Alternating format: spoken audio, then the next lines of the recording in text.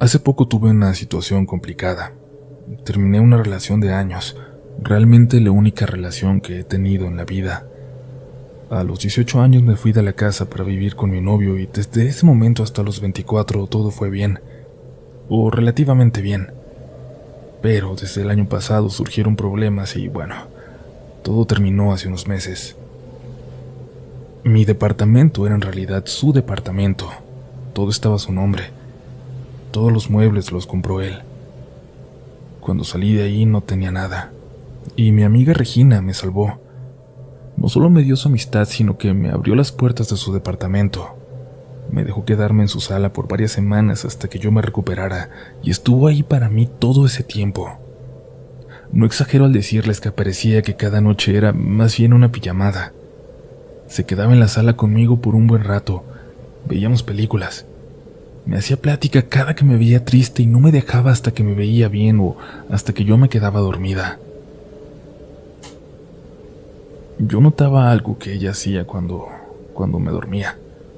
Sé que podrán decir que cómo me daba cuenta si ya estaba dormida, pero era algo que alcanzaba a notar antes de dormirme por completo, en ese momento en el que estás entre dormida y despierta.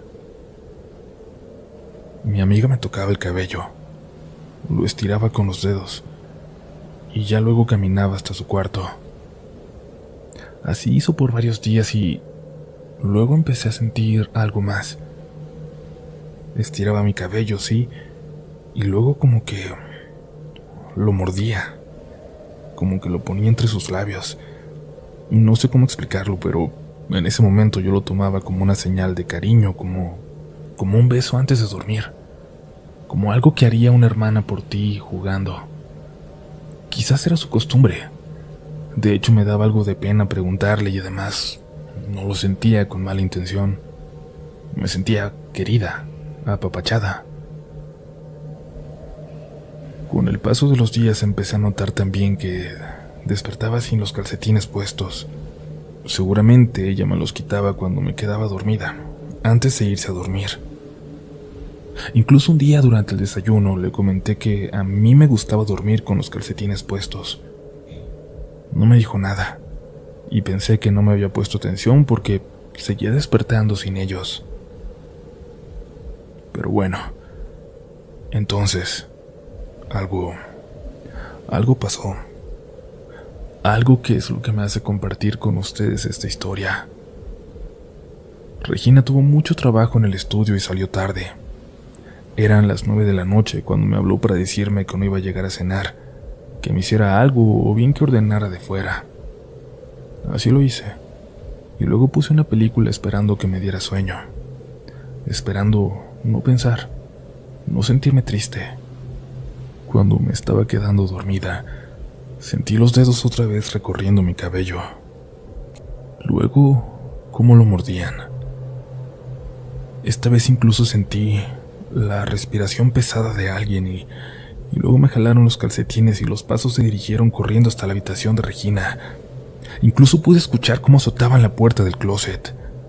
Fue un momento de confusión, un momento en el que me rehusaba a abrir los ojos, que pensaba que todo era un sueño, que había llegado Regina y no me había dado cuenta, que me había quedado dormida por unos segundos, pero no, porque empecé a escuchar a Regina batallando con la cerradura como siempre al llegar, quitando las 3 que había puesto y luego entrando, disculpándose por haberme dejado sola y por llegar así y despertarme.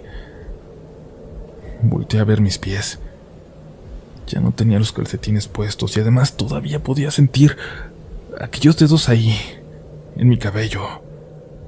Podía sentirlos, podía sentir ese aliento. Tuve un ataque de pánico en ese momento.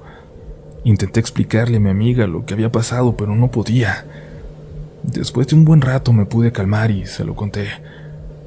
Le conté lo que creía que había pasado todos esos días antes y ella me dijo que nunca había tocado mi cabello, mucho menos me había quitado los calcetines. Revisó su cuarto, revisamos todo, el armario, pero claro que esta vez no encontramos nada. Por suerte, esto que pasó coincidió con mi mudanza, pero ella me aseguraba que jamás había tenido una experiencia paranormal en su departamento. aunque sí creía en la existencia de todo eso. Meses después me contó que se encontró a su vecino de enfrente en el estacionamiento. Subieron juntos. Él vivía justo enfrente. Le confesó que su hija de unos 4 años decía que en el departamento de Regina no solo vivía ella, sino un señor chiquito también.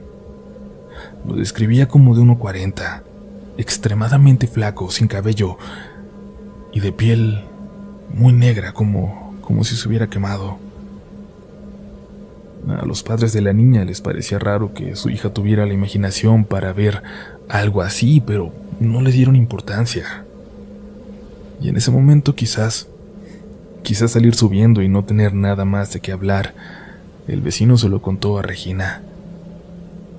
Quizás no tiene nada que ver, pero a Regina le aterra la idea de pensar que aquello que viví yo tenga algo que ver con eso que imagina, esperemos, la niña que vive en el departamento de enfrente.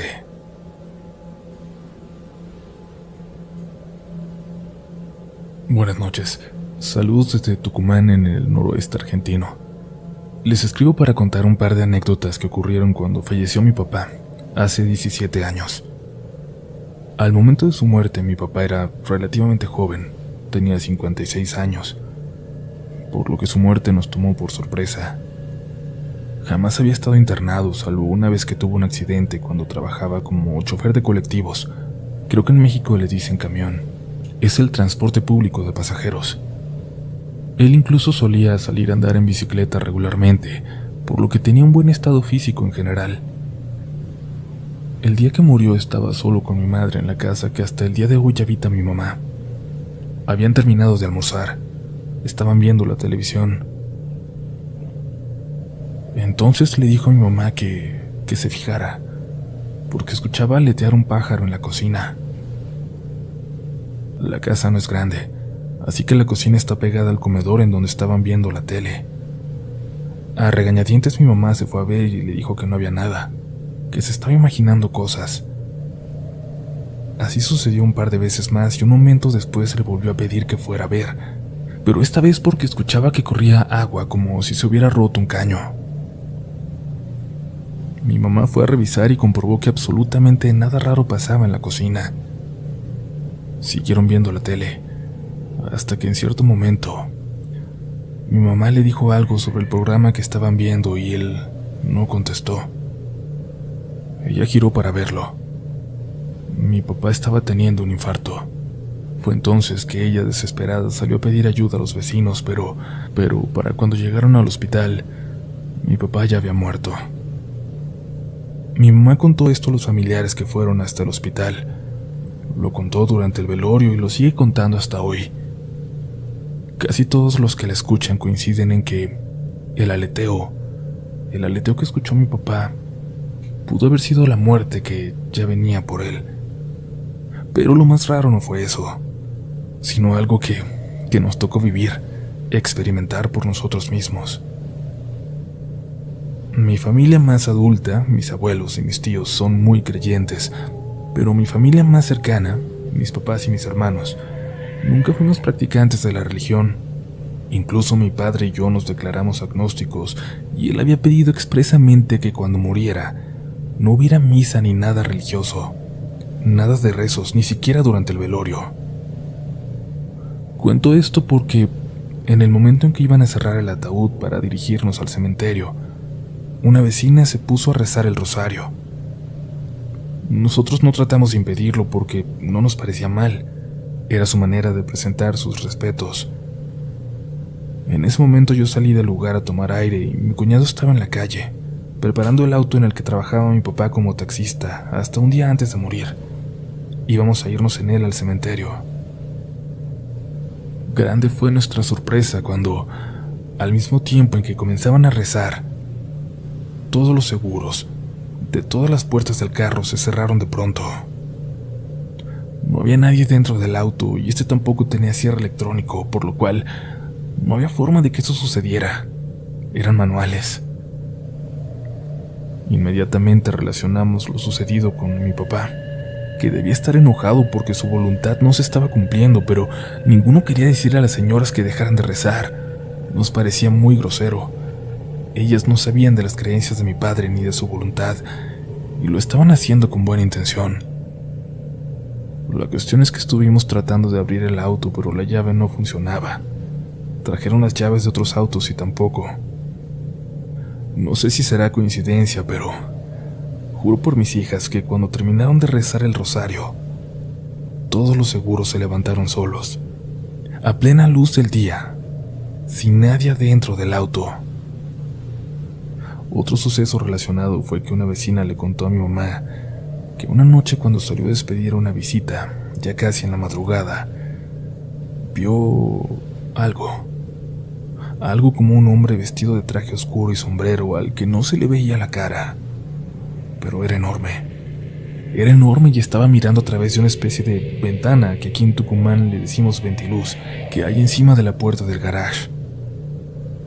Estaba viendo hacia adentro de mi casa. Lo más loco es que en esa época nadie sabía quién es Slenderman porque ni siquiera existía el creepypasta. Pero años después, cuando me topé con esa historia en internet, me di cuenta de que era exactamente igual a lo que aquella vecina describió asomándose a mi casa unos días antes de la muerte de mi padre.